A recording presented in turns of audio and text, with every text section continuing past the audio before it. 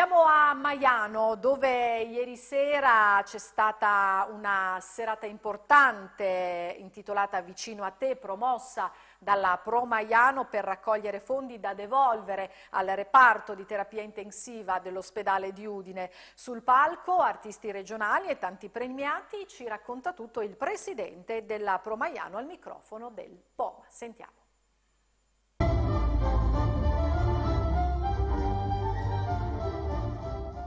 È stata una serata fantastica, è stata una serata che ha visto gli artisti friulani sul palco di Maiano per la beneficenza, e quindi un qualcosa di veramente bello per il nostro festival, per la nostra comunità. È stata raccolta una cifra molto importante da destinare a chi?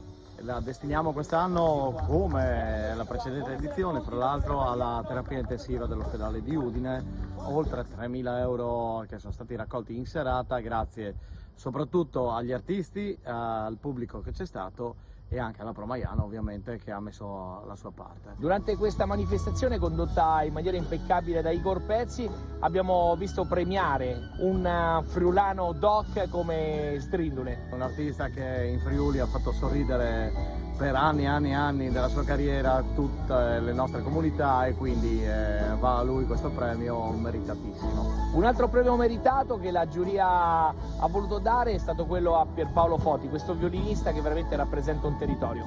Sì, speriamo ecco, che sia di buon auspicio per lui, perché è veramente bravo.